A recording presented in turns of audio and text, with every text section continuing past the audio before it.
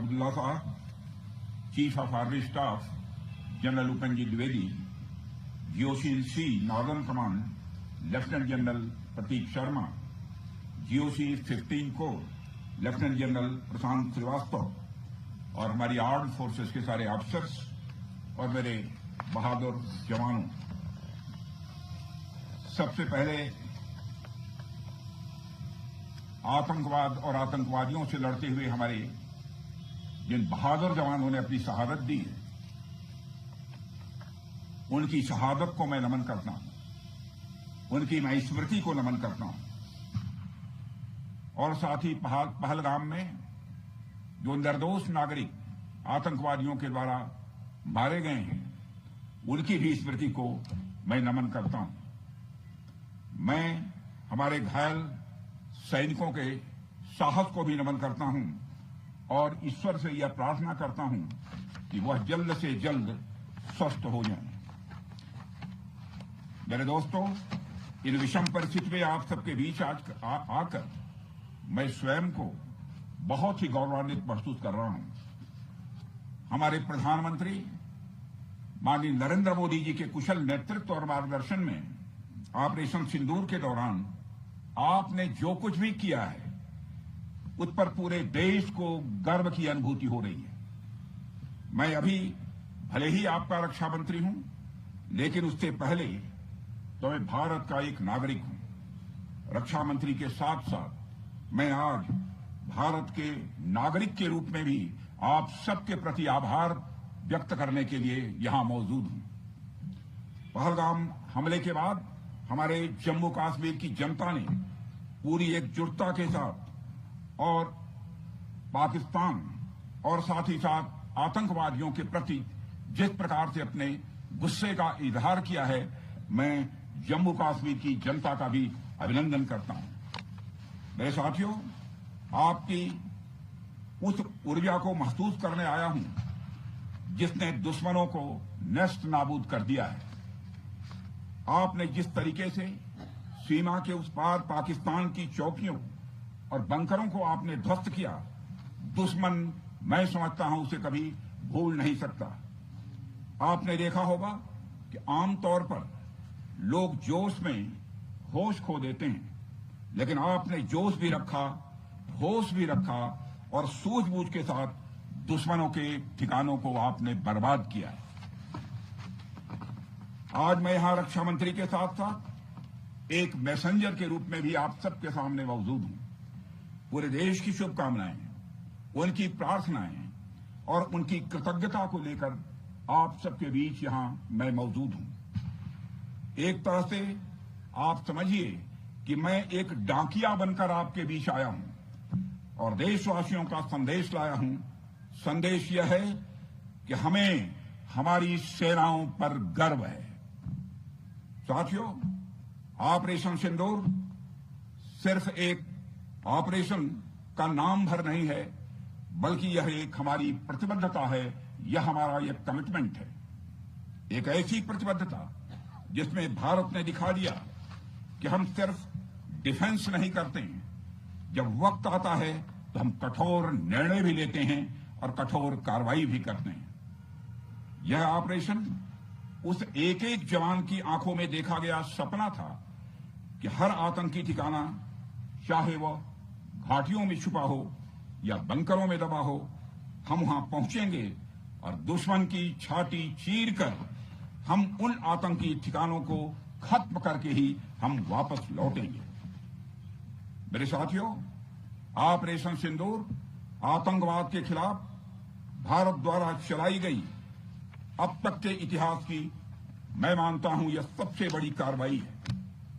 35-40 वर्षों से भारत सरहद पार से चलाए जा रही आतंकवाद का सामना कर रहा है। आज भारत ने पूरी दुनिया को यह साफ कर दिया है, यह स्पष्ट कर दिया है कि आतंकवाद के खिलाफ हम किसी भी हद तक जा सकते हैं। साथियों, आतंकवादियों ने पहलगाम में आतंकवादी घटना को अंजाम देकर भारत के मस्तक पर चोट पहुंचाने की कोशिश की है। भारत की सामाजिक एकता को तोड़ने का भी प्रयास किया गया है। उन्होंने भारत के माथे पर वार किया, हमने उनकी छाती पर वार किया है और छाती पर घाव किया है। पाकिस्तान के जख्मों का इलाज इसी बात में है कि वो भारत विरोधी और आतंकवादी संगठनों को पनाह देना बंद करे और अपनी जमीन का इस्तेमाल भारत के खिलाफ किसी भी सूरत में न होने दे।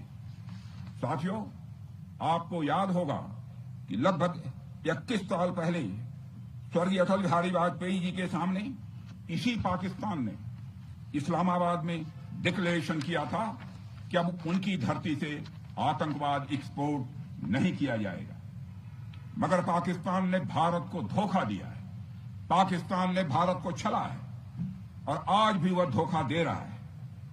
इसका खामियाजा अब उसको भारी कीमत करके भुगतना पड़ा है और यह कीमत, यदि आतंकवादी वारदातें चलती रही तो लगातार यह बढ़ने ही वाली है। हमारे प्रधानमंत्री श्री नरेंद्र मोदी जी ने दो टूक शब्दों में आतंकवाद के खिलाफ भारत की नीति को रीडिफाइन कर दिया है, इसे परिभाषित कर दिया है, जो यह कहती है कि हिंदुस्तान की सरजमी पर किया गया कोई भी आतंकी हमला एक एक्ट ऑफ वार माना जाएगा। दोनों देशों में जो अंडरस्टैंडिंग बनी है फिलहाल वह इसी बात को लेकर है कि सरहद पार से कोई बेजा हरकत अब नहीं की जाएगी। अगर की गई तो बात निकलेगी तो बहुत दूर तक जाएगी।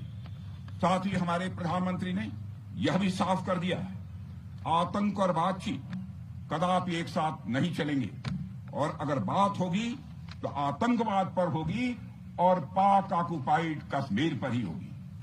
साथियों, ऑपरेशन सिंदूर की कामयाबी ने पाकिस्तान में छिपे आतंकी संगठनों और उनके आकाओं को भी यह साफ बता दिया है कि वे कहीं भी अपने आप को महफूज और सुरक्षित न समझें।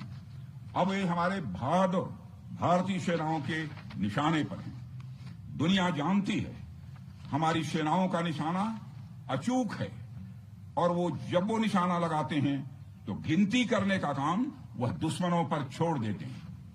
साथियों, आज आतंकवाद के खिलाफ भारत की प्रतिज्ञा कितनी कठोर है इसका पता इसी बात से चलता है कि हमने उनके न्यूक्लियर ब्लैकमेल की भी परवाह नहीं की है।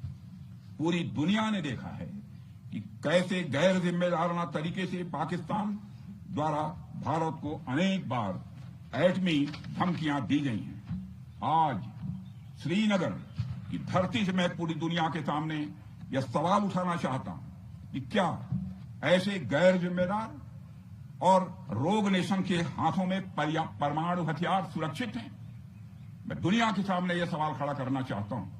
मैं मानता हूं कि पाकिस्तान के एटमी हथियारों को IAEA international atomic energy agency की निगरानी में लिया जाना चाहिए। मैं ये कहना चाहूंगा और साफ तौर पर कहना चाहूंगा। साथियों, हमारी सेनाओं हमारी सीमाओं पर अपनी मातृभूमि की रक्षा के लिए जिस तरह से आप सभी बिना रुके बिना थके दिन रात लगे रहते हैं वह अपने आप में अद्भुत है और अद्वितीय भी है। आपकी यही बातें हम सब भारतीयों के लिए मार्गदर्शक का कार्य करती हैं। यही कारण है कि मैं हमेशा आपसे मिलने के लिए उत्साहित रहता हूं ताकि आपके अंदर की ऊर्जा से हम सब भी कुछ प्रेरणा ले सकें। साथियों, आतंकियों ने पहलगाम में धर्म पूछकर हमारे निर्दोष लोगों को मारा। उसके बाद आपने जो जवाब दिया उसे पूरी दुनिया ने देखा है। उन्होंने यह नहीं सोचा कि आम नागरिकों ने उनका क्या बिगाड़ा है, उन्होंने ऐसा क्या किया है कि उन्हें मार दिया जाए। पर मैं यह कहना चाहूंगा, आतंकियों ने भारतीयों को धर्म पूछकर देखकर मारा, धर्म पूछकर मारा, तो हमने आतंकियों को उनका कर्म देखकर मारा है। उन्होंने धर्म देखकर बेगुनाहों की जान ली, यह पाकिस्तान का कर्म था। हमने कर्म देखकर उनका खात्मा किया, यह हमारा भारतीय धर्म है। एक रक्षा मंत्री के रूप में मुझे आप सबको बेहद नजदीक से वर्षों से जानने का और समझने का अवसर मिला है। मैं आपके साहस और पराक्रम को तो जानता ही हूं, साथ ही साथ पहलगाम जैसी घटना के प्रति आपके गुस्से को भी मैं अच्छी तरह जानता हूं। साथियों, मुझे पता है कि पहलगाम के बाद आपके अंदर गुस्सा था, पूरे देश के अंदर गुस्सा था। मुझे पता है कैसा महसूस होता है जब धमनियों में बह रहा रक्त बेकाबू होने लगे, और मुझे इस बात की खुशी भी है कि आपने अपने गुस्से को सही दिशा देते हुए बड़ी बहादुरी और सूझबूझ के साथ पहलगाम का बदला लिया है। रही बात पाकिस्तान की, तो उसकी बात ही क्या करूं आपसे।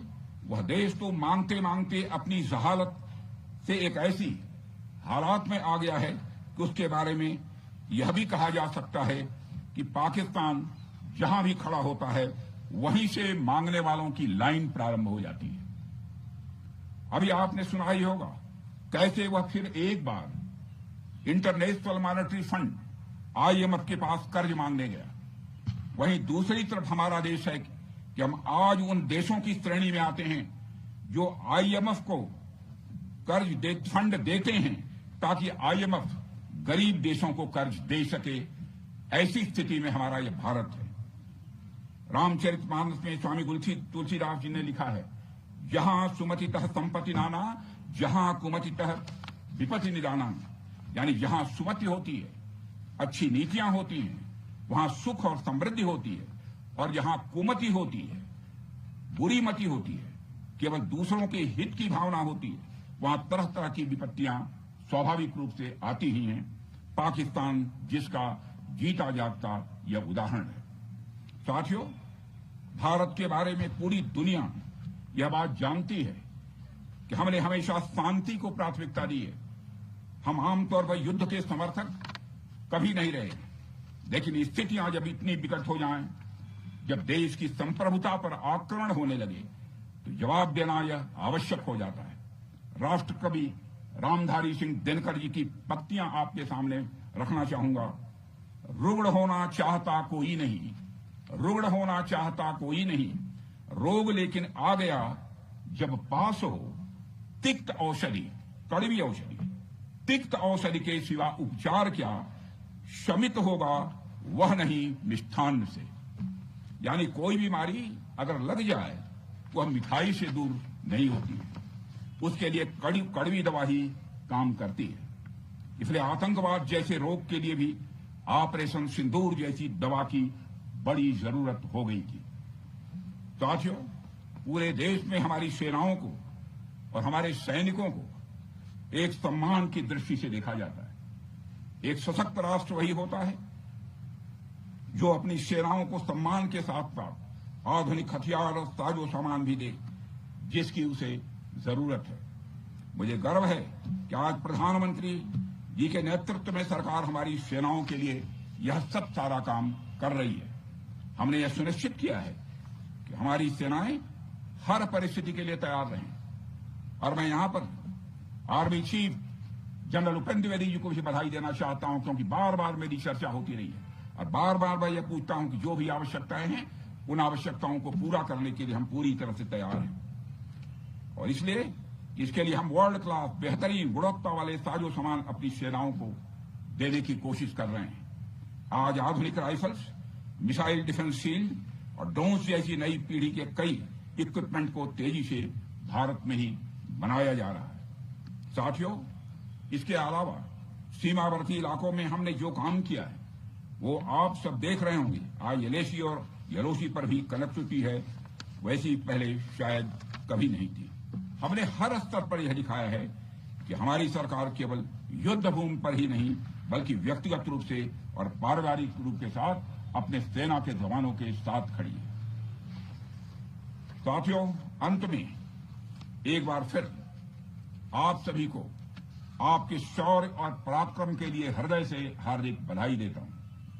मैं आपको यह आश्वासन देता हूं कि हमारे प्रधानमंत्री जी के नेतृत्व में देश की सरकार और देश की जनता हर कदम पर, हर स्थिति में